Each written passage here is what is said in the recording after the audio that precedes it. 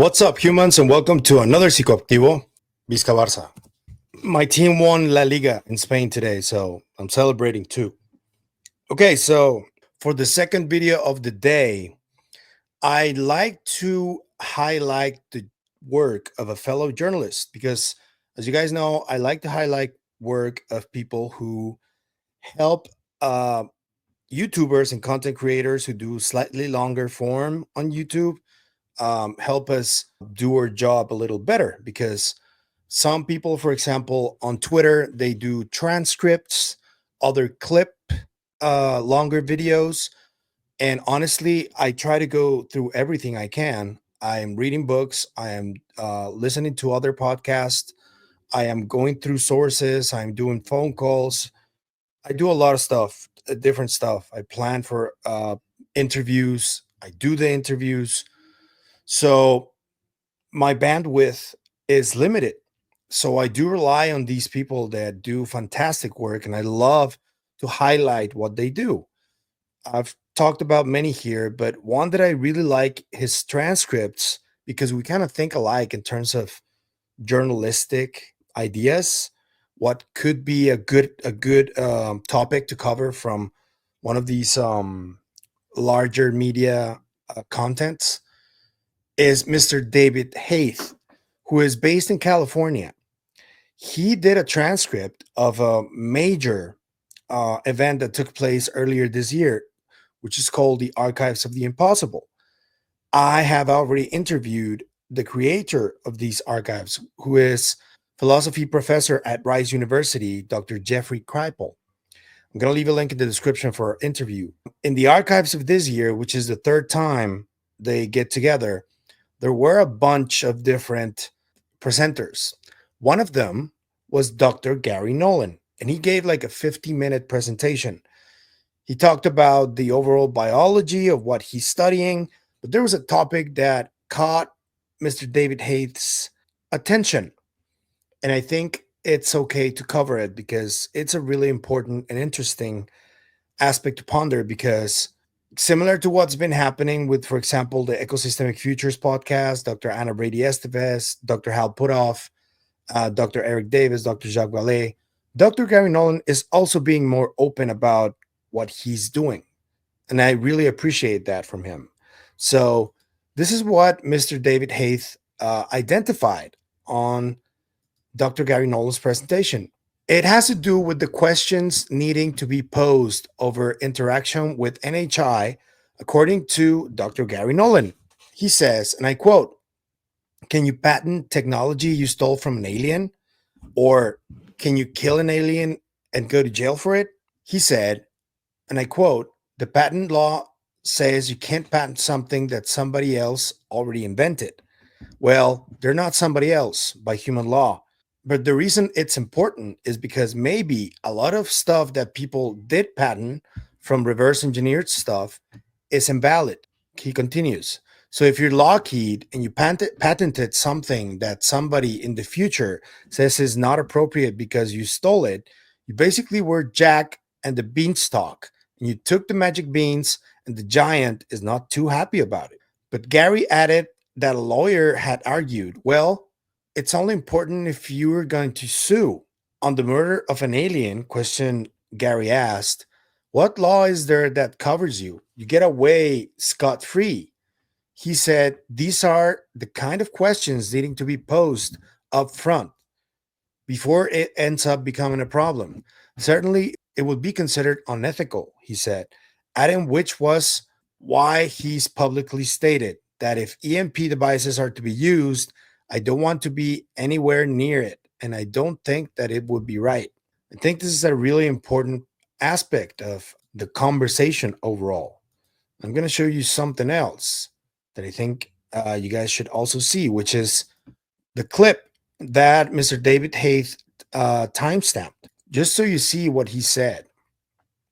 As you can see here in the right, there's Professor Jeffrey Kripal talking, Professor Diana Pasolka talking, Rear Admiral Tim Gallaudet, Carl Nell, which was an hour and 6 minute conversation with all of his ideas that he's already presented before, but up to date. So that one is a really interesting one.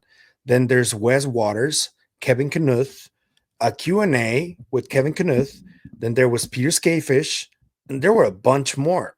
Uh, Darren King was there in one of these conversations as well. Mr. Cleland was also there, who talks about the owls and the correlations between NHI and owls. I think that's a very interesting conversation too.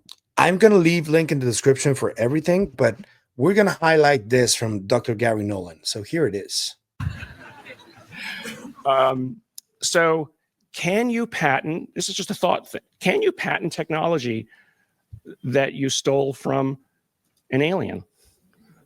I mean, the patent law says you can't patent something that somebody else already invented. Well, they're not a somebody else by human law.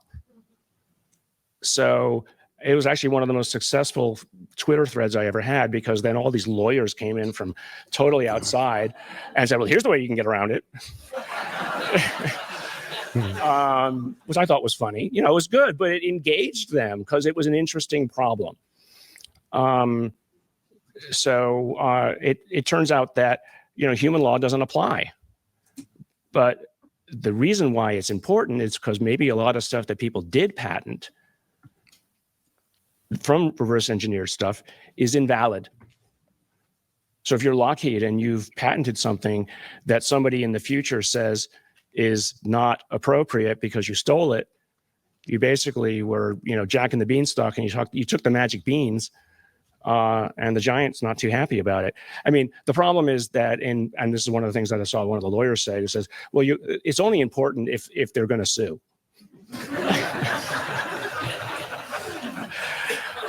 But the other one is, can you kill an ET and go to jail for it?